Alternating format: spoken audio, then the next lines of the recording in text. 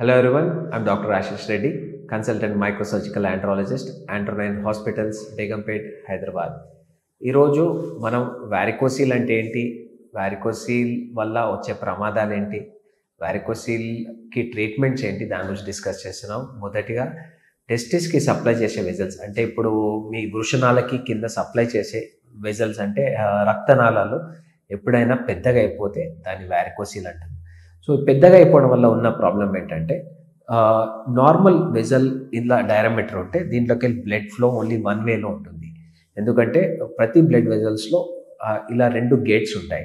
So flow పైనుంచి వస్తున్నప్పుడు ఇది ఓన్లీ ఇలా ఓపెన్ అవుతుంది, బ్లడ్ ఓన్లీ కిందికి వస్తుంది, రిటర్న్ ఫ్లో అవ్వకుండా ఉంటుంది. వెయిన్స్లో ఎట్లుంటుందంటే కింది నుంచి పైకి బ్లడ్ తీసుకుపోతుంది. కాబట్టి గేట్స్ ఎప్పుడైనా ఈ స్పేస్ పెరిగిపోతే ఈ బ్లడ్ ఫ్లో అనేది సరిగా అవ్వక టెస్టిస్లో బ్లడ్ ఫ్లో ఆగిపోతుంది. సో దీనివల్ల కామన్గా మనం చూసేది ఏంటంటే టెంపరేచర్, మనకి ఏదైతే టెంపరేచర్ కావాలో టెస్టిస్ లోపల, ఎందుకంటే స్పర్మ్ ప్రొడ్యూస్ కావడానికి నార్మల్ బాడీ టెంపరేచర్ కంటే టెస్టిస్లో ఒక 2 degrees తక్కువగా ఉండాలి. సో ఇలా టెంపరేచర్ మెయింటైన్ కాకపోతే స్పర్మ్ ప్రొడక్షన్ తగ్గిపోతుంది, స్పర్మ్ డ్యామేజ్ జరుగుతుంది. అంటే మొటిలిటీలో కానీ మార్ఫాలజీలో కానీ చాలా చేంజెస్ కనిపిస్తాయి. సో ఈ వారికోసీల్ రావడం వల్ల ఈ స్పేస్ అంటే వెజల్లో ఉన్న స్పేస్ చాలా పెద్దగా అయిపోతుంది. సో దాని అయిపోవడం వల్ల 2-way బ్లడ్ ఫ్లో స్టార్ట్ అవుతుంది.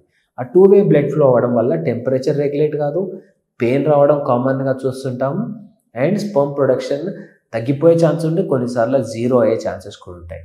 సో వారికోసీల్ వల్ల పెయిన్ కూడా చాలా కామన్ చూస్తుంటాం. సో దీన్ని మనం ఎలా ఐడెంటిఫై చేయాలి?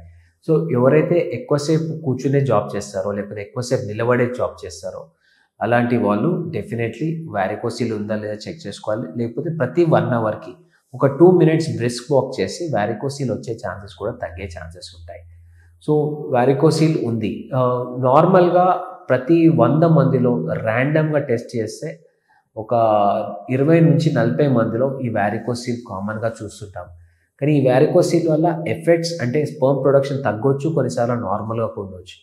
సో గ్రేడ్స్ ఆఫ్ వారికోసీల్ చాలా ఇంపార్టెంట్. ఎప్పుడైనా grade 2 కంటే అబోవ్ ఉంటే, లేకపోతే grade 3, grade 4 ఉంటే డీటెయిల్డ్గా దాన్ని సర్జికల్గా దాన్ని తీసేయడం చాలా బెటర్. ఎందుకంటే దానివల్ల స్పర్మ్ కౌంట్ తగ్గిపోయే ఛాన్స్ ఉంటుంది, పెయిన్ వచ్చే ఛాన్స్ ఉంటుంది. grade 2లో కూడా సర్జరీ చేయొచ్చు. సబ్జెక్ట్ టు కండిషన్ ఏంటి అంటే స్పర్మ్ కౌంట్ చాలా బ్యాడ్గా ఉంది, స్పర్మ్ మొటిలిటీ మార్ఫాలజీ చాలా సివియర్గా ఎఫెక్టెడ్ ఉంటే మాత్రం డెఫినెట్లీ అది కూడా ఒక ఇండికేటర్ కింద తీసుకుంటాం. ఎందుకంటే ఈ వారికోసీల్కి మోర్ రేడియలాజికల్ కంటే సర్జికల్, అంటే ఇప్పుడు మనం క్లినికల్ ఎగ్జామినేషన్ మనము చేయితోని పట్టుకున్నప్పుడు వెజల్స్ టచ్ అవుతున్నాయంటే అది ఖచ్చితంగా డైలేటెడ్ వెజల్స్ అని, దానికి సర్జికల్ కరెక్షన్ చేస్తే చాలా బెటర్గా ఉంటుంది. సో ఈ వారికోసీల్ సర్జరీ అనేది చాలా సింపుల్ సర్జరీ, పొద్దున వచ్చి ఈవినింగ్ వెళ్ళిపోయేంత సింపుల్ సర్జరీ. అండ్ ఇప్పుడు వచ్చిన ఈ సర్జరీలో అడ్వాన్స్మెంట్ ఏంటంటే మైక్రో సర్జరీస్. అంటే ముందు ఓపెన్ సర్జరీస్ ఉంటుండే, దాంతో ల్యాప్రోస్కోపిక్ చేస్తుండే, దాంతో రోబోటిక్ చేస్తుండే, ఇప్పుడు మైక్రో సర్జరీస్కి వచ్చింది. మైక్రో సర్జరీలో కట్ సైజ్ తీసుకుంటే లెస్ దాన్ 1 centimeter కంటే తక్కువ కట్ సైజ్లో మొత్తం ఆపరేషన్ అయిపోతుంది. పొద్దున వస్తే ఈవినింగ్ వెళ్ళిపోయేంత సింపుల్ సర్జరీ.